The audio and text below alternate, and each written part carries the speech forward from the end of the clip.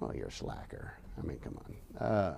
Just can't get it done, right? So I'm going to assume the best in me, and we have to do this or we all be in a mental ward on an IV drip. We have to have overconfidence or we never make it through a four-way stop. But the result of it is we believe we're going to be able to do things. We do them. We give ourselves the benefit of the doubt. And especially when we're in conflict, and especially with folks that are outside the group, out-group behavior, we start making negative assumptions about them. So we raise ourselves, reduce them. You saw the doubling effect in the Reagan-Gorbachev thing. But we also get colored lenses on how we see the subject matter. The best example, most quantifiable example of how we rate cases, and Randy Kaiser, a friend of mine, has done a lot on litigation cases, and there's a great article that basically says that measuring last offer and demand against trial verdict in California, then New York and Texas and others, and basically said that plaintiffs will miss the pin, be technically wrong about 2/3 of the time, and defendants about 1/4 of the time. But before you defense lawyers get too happy about that, then he measured the cost of error. How far are they off? And the plaintiffs are wrong technically 2/3 of the time, but they're not off very much, 10, 15 grand. Guess how far the defendants are off? They're not off very often, but guess how far they're off when they are? Over $1 million. $1.1 million in California, $1.4 million in New York. So we're instinctively making all these assumptions, and you can assume that whoever's in your negotiation is making the same assumptions in reverse about you. And how are you going to get around them? So we got the buckets, and I'll give you these lists that have all the these shortcuts that you can condense out of the reading, but we're not going to dig into them too much here, other than to say that we're going to go through a negotiation dance to get there. Whether it's a 3-move car sale, or car or house deal, or a 7-move lawsuit, 7-round lawsuit, you're going to go through a process while people get used to the altitude. Car dealers have wanted to go to menu pricing for years, and every decade or so they try it out. And what they find out is they come in and the price is on the board, and then what happens? Then everybody falls into convention and wants, well, how much are you going to take off of that, right? And they say, no, it's menu pricing. No, that's the starting point, right? How much, I'll offer you, whatever your price is minus $2,000. No, you don't understand. We went to menu pricing. The price on the board is what you're going to pay. Well, it tanks every time. So then they have to have all the salespeople in on Sunday and say, we're going to have to go through 3 rounds. Guess what we're going to do? They blame it on the manager. But the process is just exactly like the longer process that we go through for litigation. What happens? They get the initial anchor, in this case, the plaintiff's anchor is the sticker price. The other side, the buyer makes an offer, and then what happens? They go in and say, well, gee, we're going to have to work on that for a while. I got to go work on my manager, and they go hide behind the Coke machine because there's no manager there and know what's going on. And they come back with an offer that is what? A little bit off. A little bit more than later. But what happens? They're taking time to do it while we get used to it, right? So we don't leave, and they probably got your keys too. But they're taking a lot of time. And the subject of another talk I give is the right number at the wrong time is the wrong number. Don't try to jump the gun.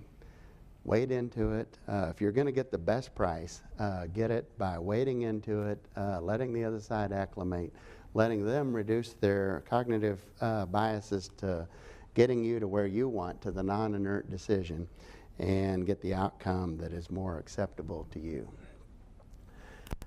This is off a game show, this graph, but it works almost perfectly with what we see in litigation. Here's value of the board at the end, and these are the number of rounds. And here's what that's about what happens in lawsuits. You start getting offered a third or demanding 3 times what you want, and then as the day goes on, through some almost not quite that chaotic a pattern, you start closing in on whatever the value is incrementally while everybody gets used to it. So here's some real cases. This is a contract case. What you'll see in these graphs is the plaintiff comes in from the right and moves in somewhere in the middle. It's rarely the 50-yard line. All these are normalized in time and dollars. So you're going to have plaintiff usually opening. That's a whole nother topic on whether the defense should sometimes short circuit that with the offer. But anyway, and then the defendant coming in on the left. Watch what happens, and watch because all of these I'm sure were very noisy. I'm leaving, hope you haven't ordered lunch yet, all this kind of stuff. But watch how the lines end up looking fairly elegant and reciprocal. You see that plaintiff comes out, makes a good move, makes another good move. The defendant pulled back on the plaintiff here from the big move they made before. So what happens? Long period of, are we here in good faith? Are we wasting our time? The mediator we had last week got through this bump a little faster than you.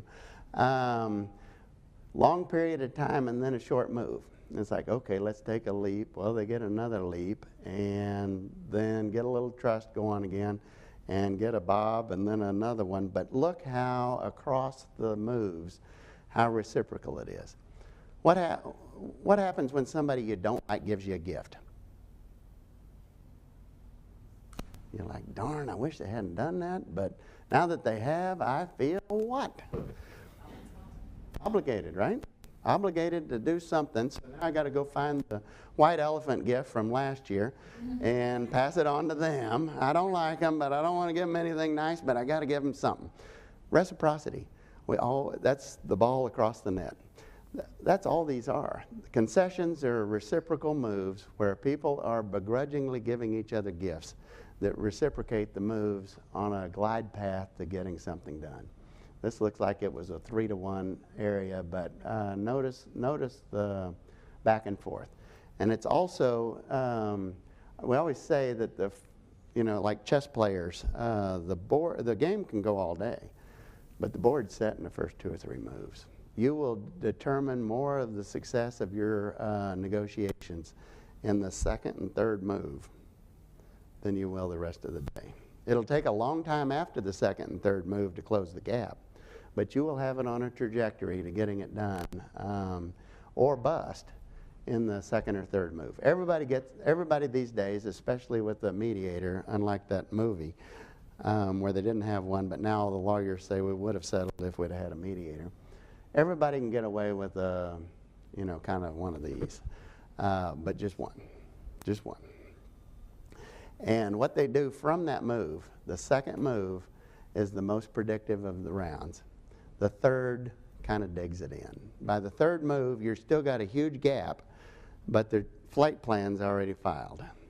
And then you got to get through the middle muddle, the lunch to about now, where, it's just grinded out. That's your highest risk of impasse. You're going to set up the deal in the first third.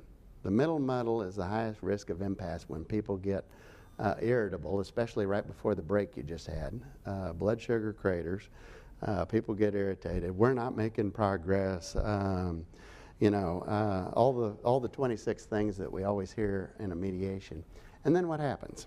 You grind, if they don't get on the elevator, and you grind it through to a 3 or 3:30, then by then the magnets are close enough together that everybody's paying more than they wanted to and accepting less, but they start to smell a deal. The magnets are close enough that they think that there might be a deal. So what happens? Then you get a huge amount of resistance. If they're going to settle this case, they're going to have to come to me. So you make little bitty moves. There's no more experts or smoking guns to talk about. So you're down to bids, and it's a begrudging, but I'm not giving up, series of very small moves that take very little time. And it's almost the clothespin at the diner going back and forth with offers. And some of them may blow up late in the game, but most of those will come together the next day or the next week. But if you get through the middle, if you set it up right in the first third with the ask and how you're framing it to get around the cognitive resistance, then you make it through the middle muddle, you're probably going to get a deal, but it's going to still be very noisy at the end of the day. And there's a lot of tricks you got to pull to keep people, because what everybody's doing down here is coming up with the hero story. What am I going to tell my boss, or what am I going to tell my spouse or my friends at the bar about why I close this thing out down here. And they will invariably at 4:30 or 5 take a restroom break and use a phone a friend to call somebody and try out that hero story before they go home.